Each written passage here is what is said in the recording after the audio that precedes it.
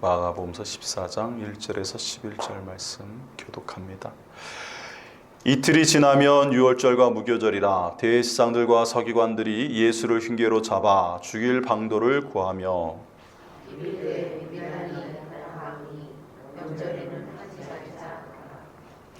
예수께서 베다니 나병 환자 시몬의 집에서 식사하실 때에 한 여자가 매우 값진 향유 곧 순전한 나드 한 옥합을 가지고 와서 그 옥합을 깨뜨려 예수의 머리에 부으니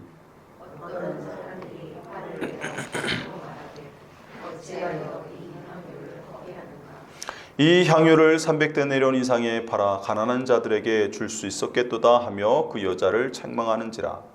예수께서 이르시되 가만두라 너희가 어찌하여 그를 괴롭게 하느냐 그가 내게 좋은 일을 하였느니라. 가난한 자들은 항상 너희와 함께 있으니 아무 때라도 원하는 대로 도울 수 있거니와 나는 너희와 항상 함께 있지 아니하리라. 그는 힘을 다하여 내 몸에 향유를 부어 내 장례를 미리 준비하였느니라. 내가 진실로 너에게 이르노니 온 천하에 어디서든지 복음이 전파되는 곳에는 이 여자가 행한 일도 말하여 그를 기억하리라 하시니라. 별들 중에 하나인 가룟 유다가 예수를 넘겨주려고 대제사장들에게 가매 그들이 듣고 기뻐하여 돈을 주기로 약속하니 유다가 예수를 어떻게 넘겨줄까 하고 그 기회를 찾더라. 아멘. 오늘은 고난주간 수요일인데 이 고난주간의 수요일을 가리켜서 사랑과 배신의 날이라고 부릅니다. 예수님을 특별히 사랑하여 이 향유를 부은 여인의 이 사건과 또 예수님을 배신하여 예수님을 팔아넘기기로 작정한 이 가룟 유다의 배신이 이날 시작되었기 때문에 그렇습니다. 실제로 가룟 유다가 예수님을 넘긴 건 잘 알다시피 유월절 전날이죠. 마지막으로 제사장들이 가가지고 그 전에 돈을 받았지만 그때 가서 이제 예수님을 잡으러 가자고 이제 대제사장이 보낸 무리들을 이끌고 겟세마네 동산까지 예수님을 찾으러 가서 이제 포박하여 끌고 가는 그런 과정이 성금요일에 일어난 일이고 이 사건은 실제로 팔기로 작정하고 이렇게 배신한 그 사건은 수요일 날 일어났다는 정도로 기억하시면 좋을 것 같습니다. 오늘은 그 중에서 예수님에 대해서 특별히 사랑으로 헌신한 이 여인의 이야기를 가지고 말씀을 나누려고 합니다. 요한복음서에 보면 이것은 종료주일을 앞두고 일어난 사건임을 알 수가 있어요. 그리고 거기서도 베다니 문둥이 시몬의 집에서 예수님이 잔치를 베풀었는데 거기에 나사로도 있고 그 동생인 마리아 마르다가 와서 음식도 준비하고 뭐 이런 얘기가 같이 배경이 되어 있습니다. 그래서 이 이름 없는 여인이 마리아라는 것은 이제 우리가 비교해 보면 알 수가 있습니다. 그리고 이 마리아가 특별히 예수님께 향유 옥합을 깨서 부어드린 이유가 몇 가지가 우리가 이제 짐작하는 바가 있죠. 근데 이제 마가복음서 최초의 복음서라고 하는 이 마가복음서에는 이름이 드러나지 않아요. 특히 마가복음서에서 이름 없는데 예수님께 참 제자도의 헌신을 보여주는 인물들이 꽤 많이 나옵니다. 그러니까 오히려 이름 있는 12 제자들은 자꾸 넘어지고 실패하고 그런 모습으로 좀 그려져요. 일부러. 반면에 이름 없는 자들이 사실은 잘 알려지지 않은 자들이 오히려 예수님의 뜻을 정확히 받들고 예수님 가시는 길을 정확히 보고 거기에 순종하고 따라가고 주님을 위해서 모든 것을 아낌없이 바치는, 그리고 십자가 지실 때도 두려움 없이 끝까지 예수님 계신 곳까지 이름 없는 여인들이 그리고 이름 없는 사람들이 따라가는 것으로 그려져 있는 것이 이제 마가복음서의 특징이에요. 그래서 이것은 신앙생활을 함에 있어서 특별히 우리의 이름을 내고 하는 것보다 그런 것이 정말 중요한 게 아니고 예수님을 올바르게 따라가고 예수님을 올바로 섬기고 예수님을 진실로 사랑하여 행하는 우리의 그 행함이 있는 것이 이게 중요하다는 사실을 또한 우리에게 이러한 이름 있음과 없음의 구별을 통해서 마가복음서가 명확하게 또 우리에게 길을 제시해주고 있다고 할 수 있습니다. 어쨌든 이 마리아, 나사로의 동생 마리아가 이 향유를 부은 것이지만 여기는 한 여자라고 이제 표현되어 있습니다. 그래서 익명으로 처리가 됩니다. 어쨌든 중요한 건 뭐냐면 이 마리아가 와서 예수님께 향유를 부은 이 놀라운 장면이 사실은 상식을 깨는 장면이죠. 일반적으로 유대인들은 이제 그 당시에 이제 바리새파 사람들을 중심으로 정결법 뭐 이런 거 이제 굉장히 강조하면서 식사 전에 손을 씻는다 그랬잖아요. 그리고 아주 귀한 손님이 오면 향유도 내드려요. 그래서 향유로 이런 피부 같은 데 이제 바르고 씻고 나서 이렇게 합니다. 이 향유를 바르는 이유는 두 가지. 냄새가 좋기 때문이기도 하고, 사람들이 이제 더운 나라다 보니까 땀을 많이 흘리면 냄새가 또 많이 나잖아요. 그래서 그런 것들을 감추기 위해서 향기 나는 기름을 발라서 그렇게 하기도 하고, 또 너무 건조한 지역이다 보니까 이게 몸에서 수분이 잘 증발이 되죠. 그러니까 이제 이 기름을 발라가지고 이 피부가 쉽게 뭐랄까 건조해지지 않도록 그렇게 보호하는 역할을 하기 위해서 향유를 바르기도 합니다. 그래서 아주 특별한 손님이 오면 조금 떼서 이렇게 줘요. 그것도 이렇게 이 지금 여자가 이렇게 한 나드 한 옥합 깨서 붓는 그런 나드 같은 걸 주지 않고 일반적인 좀 감람류 좋은 걸 쓰죠. 그리고 진짜 귀족이 오거나 왕 같은 사람이 오면 이제 나드 같은 걸 쓰겠지만, 그러니까 일단은 사용하는 그 향유를 부었다는 것 자체가 이게 그런 점에서 굉장히 예외적인 일임을 알 수가 있는데, 놀라운 것은 머리부터 발끝까지 옥합을 깨가지고 통째로 부었다라고 하는 사실이에요. 이것을 통해서 우리에게 첫 번째로 이 마리아가 보여주는 헌신에 우리가 본받아야 될 점이 뭐냐면, 이 마리아는 예수님을 사랑하는 마음으로 이렇게 이런 일을 행할 때 계산하지 않고 아낌없이 했다는 거예요. 사실은 나드가 워낙 비싼 거 아닙니까? 마가복음서 말고 요한복음서에 보면 이게 얼마 정도 가치가 있다고 그랬습니까? 300데나리온. 그죠? 일요일 안식일 날 일하는 거 빼놓고 따지면 52일 빼면 365일 중 52일 빼고 뭐 명절 이런 거 빼고 그러면 실제로 일할 수 있는 모든 날을 다 일을 해야 벌 수 있는 1년치 연봉에 해당하는 큰 값인데, 그거를 이 여자가 다 깨가지고 부었다는 거잖아요. 조금만 찍어서 발라도 되는 건데 일반적으로는. 근데 그렇게 부었어요. 근데 그거에 대해서 이제 두 가지 이제 해석이 있죠. 첫 번째는 예수님의 죽음을 예비했다라고 하는 거죠. 그러니까 시신을 장례 치를 때 유대인들은 향유를 머리끝부터 발끝까지 쫙 발라가지고 이렇게 냄새를 좀 덜 나게끔, 좋은 냄새가 나게끔, 또 시신을 잘 보존하기 위해서 이렇게 향유를 바르는데, 나중에 보면 그 니고데모하고 아리마대 요셉이 예수님 장례 치를 때 100리트라쯤 되는 향유를 사가지고 와가지고 예수님 장례를 치르잖아요, 급하게.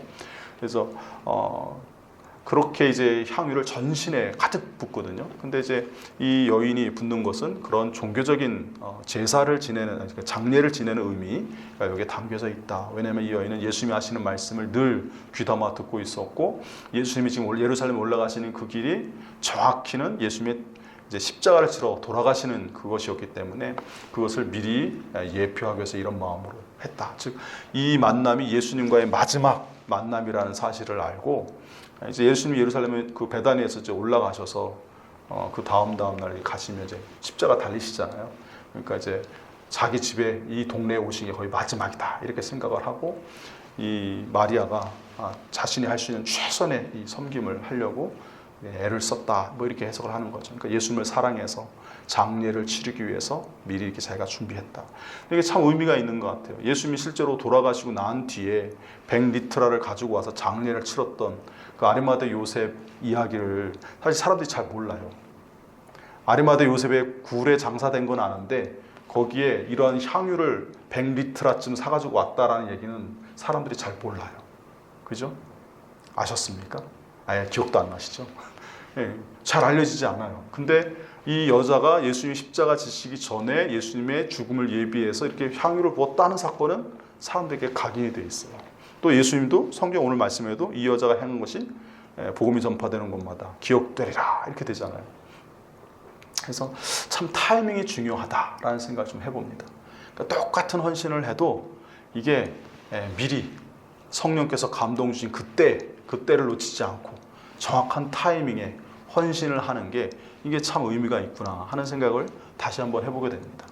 그러니까 이미 다 지나고 남들 다 하고 난 후에 하는 헌신보다 남들이 하지 않을 때, 또 성령께서 처음으로 그거 하라고 감동 주실 때, 꼭 물질로 헌신하라는 것만이 아니라 몸으로 헌신하든 재능으로 헌신하든 뭔가 하나님께서 우리에게 이거 했으면 좋겠어 라고 마음에 감동을 주실 때, 그때 타이밍에 그걸 기회를 놓치지 않고 하면 그것이 참 의미가 있다라고 하는 것이고, 그것이 또 달리 얘기하면 즉시 순종이잖아요. 그래서 똑같이 헌신을 하고 수고하지만 이왕이면 더 빛나고 가치 있게 우리의 헌신이 주님께 크게 쓰임받고 또 영광 돌려지면 얼마나 좋겠습니까? 그래서 타이밍이 중요하고 또 주님을 사랑하는 마음으로 행하는 게 중요한데, 이 여자는 특별히 이 헌신할 때 계산하지 않았다는 것이 또 아주 두드러집니다. 두 가지 행동에서 계산하지 않았다는 게 두드러지는데, 예수님 전신을 이렇게 예수님의 전신을 갖다가 이렇게 다 이렇게 바르더라도 찍어서 바르면 얼마든지 낭비하지 않고 일부만 사용해서 할 수도 있었을 거예요. 근데 이 여자가 전체를 다 붓기도 부었어요. 근데 사실 부은 거는 옥합을 안 깨고 부어도 부을 수 있잖아요. 그죠? 근데 옥합을 깼어요. 근데 값비싼 옥합이거든요. 옥합도. 근데 이 옥합을 굳이 왜 깹니까? 아깝게. 그죠? 또 사용하면 될 수 있는데. 근데 여기는 의미가 있어요. 여러분, 이 여자가 300데나리온 되는 이 나드 한 옥합을 이렇게 기름을 거기에 옥합에 모은다는 것 자체가 이게 특별한 의미가 있다고 그랬습니다. 보통 여자들이 결혼 지참금으로 가져가기 위해서 평생 아버지가 모아줘요, 거기다가. 그럼 이제 그거 들고 시집 가는 거예요. 남편 집에 가서 이렇게 지참금 가져왔으니까 구박받지 말고 혼수 잘해왔으니까 사랑 많이 받고 잘 살라고, 또 혹여라도 남편이 구박해서 내쫓으면 그거 가지고 이제 먹고 살라고, 그거 낭비하지 못하도록 이렇게 잘 관리하도록 그렇게 해놓거든요. 근데 이 나드 한 옥합의 양을, 향유를 부은 건 좋은데 그걸 깨뜨렸다는 것이 의미가 있는 거예요. 아까 말씀드렸다시피 이 옥합이거든요. 그냥 향유 기름을 담아 놓는 것이 아니라 옥으로 만들어 온 귀한 보배 합이란 말이에요. 그래서 거기에 그것을 깼다는 건 다시는 그 옥합에 뭐 하지 않겠다는 겁니까? 이런 나들을 모으지 않겠다는 거예요. 여기에 한 가지 더 의미가 있는 거예요. 그러니까 이 여자가 평생 시집 가려고 모아놓은 전재산인데, 전재산을 다 부은 것도 있지만 앞으로 나는 뭐 하겠다는 거예요? 시집 가지 않겠다는 거예요. 주님을 기리면서 주님의 이 사명을 감당하기 위해서 온 몸을 다 헌신하겠다라는 의미로 아예 옥합을 깨고 퇴로를 차단하고 그 로마의 그 강을 건너서 간 그런 행동을 하는 거죠. 그래서 하나님이 주시는 이 감동에 이 여자가 철저하게 헌신하는 모습, 뒷일을 생각지 아니하고 그것에 미련을 두지 아니하고 계산하지 아니하고 그냥 온전히 주님을 사랑하는 이 마음으로, 이때가 아니면 주님을 더 이상 볼 수도 없고 이게 마지막 때라는 생각에 후회 없이 그냥 아낌없이 붓는 이 모습, 이게 주님의 마음을 감동시켰고, 그것이 기억되고 기념되게 하신 이유는 여인을 칭찬하고 상을 주시기 위함이기도 하지만, 주님을 섬길 때 우리가 앞으로 어떻게 헌신하기를 원하시는지를 잘 보여주는 사례이기 때문에 주님께서 이것을 기념하도록 하셨다고 생각을 합니다. 그래서 우리가 하나 앞에 어떤 감동이 와서 헌신을 하든, 물질로 헌신하든 몸으로 헌신하든 시간을 들여서 헌신하든 할 때에 많은 분들이 자꾸 시간을 계산하고 또 이 가치를 계산하고 그럴 때가 많아요. 그리고 내 형편 생각해서 또 상황 생각해서 그런 거를 따지고 어느 정도 이 정도 내가 감당할 수 있겠다, 또 이 정도는 내가 해야 되지 않겠나, 사람들 앞에서 체면도 있고 또 교회 내에서 위치도 있고 뭐 여러 가지 정황을 고려해서 그런 차원에서 헌신하는 것을 여러분 하나님이 별로 기뻐하지 않습니다. 하나님은 주님을 사랑하는 그 마음, 그 중심을 다해서 헌신하는 마음으로 할 때 하나님께서 그것을 우리에게 귀하게 여기시고 그것을 기뻐하신다는 사실을 기억하시길 바랍니다. 하나님이 제사를 기뻐하는 게 아니라 뭘 기뻐하신다고 하셨어요? 인애를 기뻐하시고 하나님을 사랑하는 그 마음의 중심을 보시면서 기뻐하시잖아요. 그래서 이 여인의 주님을 향한 마음, 그리고 주님을 향한 그 애틋한 그 심경, 그 헌신, 그거를 주님이 기뻐하시는 것이고, 즉시 그 타이밍에 헌신해서 모든 사람들이 나사로의 부활을 보러 온 그때에 예수님의 그리스도의 대관식이라고 그랬잖아요. 기름 부음의 대관식. 그러한 상징적인 사건을 행하는, 그래서 예수님의 사역을 완성하는 데 도움을 주는, 그 한마디로 예수님의 길을 예비하는 그 모습으로 헌신했을 때 주님이 그것을 유념하여 이렇게 기념하게끔 하신 것이죠. 그래서 우리가 하나 앞에 헌신할 때에 첫 번째는 계산하지 않아야 한다 하는 거예요. 주님이 하라고 하시면 하는 거예요. 그리고 즉시 순종하는 것이 중요하고, 또 그 동기는 가장 중요한 동기는 뭡니까? 사람들의 체면 때문이나 어쩔 수 없이 의무감에 하는 것이 아니고 오직 주님을 사랑하는 그 선한 마음과 동기로 우리가 하는 것이 제일 중요함을 여러분 기억하시길 바랍니다. 많이 안 하셔도 괜찮아요. 또 조금 해도 괜찮습니다. 중요한 건 뭐냐면 하나님께서 우리의 형편대로 감동 주신 대로 하면 되는 거예요. 성경에도 보면 헌금할 때 어떻게 헌금하라고 나오냐면 고린도전서 후서에 그런 내용이 좀 많이 나옵니다. 고린도 교회에 왜 그런 헌금에 대한 이야기가 많았냐면 마케도니아의 그 지방에 있었던 빌립보나 데살로니가 교회나 베레아 교회는 헌금 생활을 잘해요. 없는데 힘든 가운데서도 헌금을 열심히 해서 사도 바울에게 본이 되는 자들로 칭찬받을 정도로 잘해요. 근데 상대적으로 굉장히 부유했던 고린도 교회 성도들이 의외로 돈에 대해서 조금 짰던 것 같아요. 그래서 사도 바울이 저기 마케도니아 성도들이 이렇게 헌금해서 예루살렘 성도들 어려운데 도와주라고 이렇게 헌금했는데 내가 너희들한테 들려서 갈 때 너희들도 미리미리 좀 헌금을 준비해가지고 부끄럽지 않게 해라. 뭐 이렇게 이제 미리 편지 보내거든요. 그런 내용들이 고린도 전서에도 나오고 후서에도 나오고 그래요. 그래서 고린도 전서에 보면 먼저 이런 말씀이 있습니다. 16장 1절로 2절에 보면 성도를 위하여 연보에 관하여는 연보는 헌금이죠. 내가 갈라디아 교회들에게 명한 것 같이 너희도 그렇게 하라. 매주 첫날에 너희 각 사람이 수입에 따라 모아두어서 내가 갈 때에 연보를 하지 않게 하라. 주일헌금을 드리라는 얘기 한마디로 얘기해서. 그래서 그 돈을 모아놨다가 주일날 헌금을 모았다가 내가 너에게 가면 그것을 구제헌금으로 내가 이제 전달하려고 하니까 그때 매주 주일마다 첫째 날 모일 때마다 헌금해서 잘 모아둬라 이렇게 얘기하고 있는데 그 다음에 뭐라고 얘기하냐면 첫날에 너희 각 사람이 수입에 따라 라고 말씀하셨어요. 수입에 따라 모아두어서 내가 갈 때 연보하지 않게 하라 이렇게 당부했고요. 고린도후서 8장 11절로 12절에서는 이제는 하던 일을 성취할지니 마음에 원하던 것과 같이 완성하되 있는 대로 하라. 그래서 있는 대로. 그리고 고린도후서 9장 7절에서는 각각 그 마음에 정한 대로 할 것이요 인색함으로나 억지로 하지 말지니 하나님은 즐겨내는 자를 사랑하시느니라 라고 말씀하셨어요. 그래서 고린도 전후서에서 사도 바울을 통해서 하나님 명확하게 우리의 헌금의 기준을 정해주셨어요. 내가 버는 만큼 거기에 비례해서. 또 하나는 뭡니까? 내가 갖고 있는 만큼 내 소유에 비례해서. 그리고 제일 중요한 마지막은 뭡니까? 내 마음에 자원하는 심령으로 하나님 주신 감동에 따라 기쁜 마음으로 하라고 자원하는 마음으로 하라고 하나님 말씀하셨어요. 억지로나 인색함으로 하지 말아라 라고 하셨습니다. 근데 이제 그렇게 할 때 하나님이 그것을 기뻐하신다.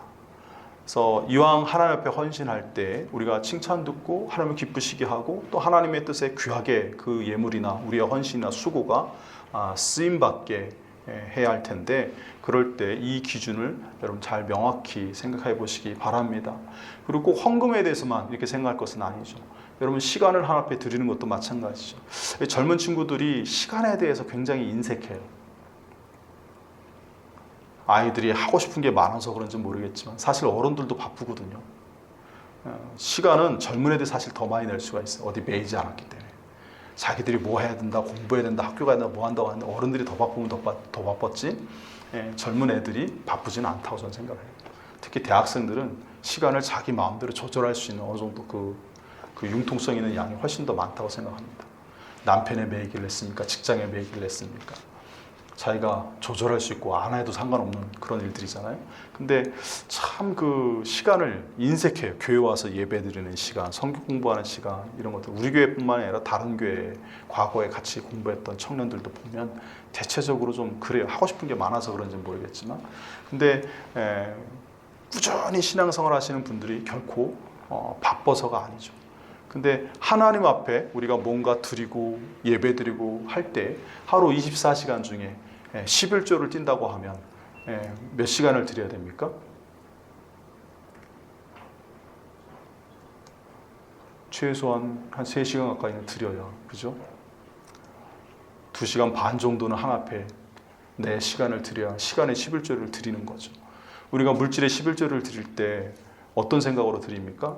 내게 주신 모든 물질과 소유가 하나님이 주셨으니까 그 소유에 대해서 하나님을 인정함으로 감사하는 의미에서 10분의 1을 하나님이 드리라고 하셨기 때문에 그 말씀을 믿고 인정하고 하나님 주권에 대해서 의지함으로 우리 11조를 드리는 거잖아요.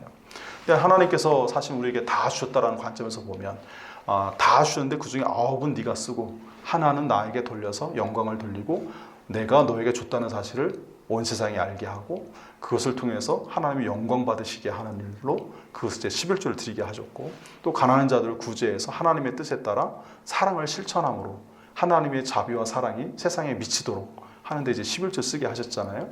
근데 시간도 사실은 11조를 드려야 맞죠. 근데 우리가 하나 앞에 드리는 1시간의 예배 또 1시간의 성경 공부 이거에 대해서 시간이 없다 뭐 바쁘다 하면서 제치려고 자꾸 하고 빼먹으려고 하고 하는데 여러분 하나님이 우리에게 인생이라고 하는 그 시간을 정해 주셨잖아요. 어떤 분은 80년, 어떤 분은 70년, 어떤 분은 60년, 어떤 분은 그보다 짧게 이 세상에 살다 갈 수 있는데 하나님이 그 주신 시간을 그 중에서 하나님을 위해서 우리가 얼만큼 썼느냐를 좀 생각해 볼 필요가 있어요. 하나님이 80년 인생을 주셨는데 어떤 사람은 1년도 안 쓰고 한 사람이 있고 어떤 사람은 30년밖에 이 땅에서 살다 가지 못하게 했는데 주님을 위해서 많은 시간을 들여서 하나님을 위해서 엄청 헌신하다 살아가는 사람도 있고 근데 하나님께서 우리에게 주시는 말씀 중에 제일 사실 하나님 원하시는 것이 뭐냐면 우리와 동행하기를 원하시잖아요. 우리가 계속해서 끊임없이 교제하고 하나님과 이렇게 연결되어 있기를 원하시잖아요. 근데 그게 뭡니까? 내가 하나님 앞에 그만큼 시간을 드려야 돼요. 내가 마음을 열고 하나님 앞에 시간을 드리고 하나님 앞에서 뭔가 말씀을 듣기도 하고 기도도 하고 또 하나님께서 헌신하기도 하는 시간을 가져야 되는 거죠. 근데 그 시간이 때로는 뭐 일이 바쁘다 뭐하다 해서 아깝게 느껴지기도 하고 그 시간을 많이 한 것처럼 생각하는데 사실은 하나님이 그 생명을 그냥 오늘 데려가시면 내가 생각할 때 앞으로 뭐 하고 싶은 여러 가지 일들이나 생각들이 그 시간들이 다 계산들이 틀어지는 거죠.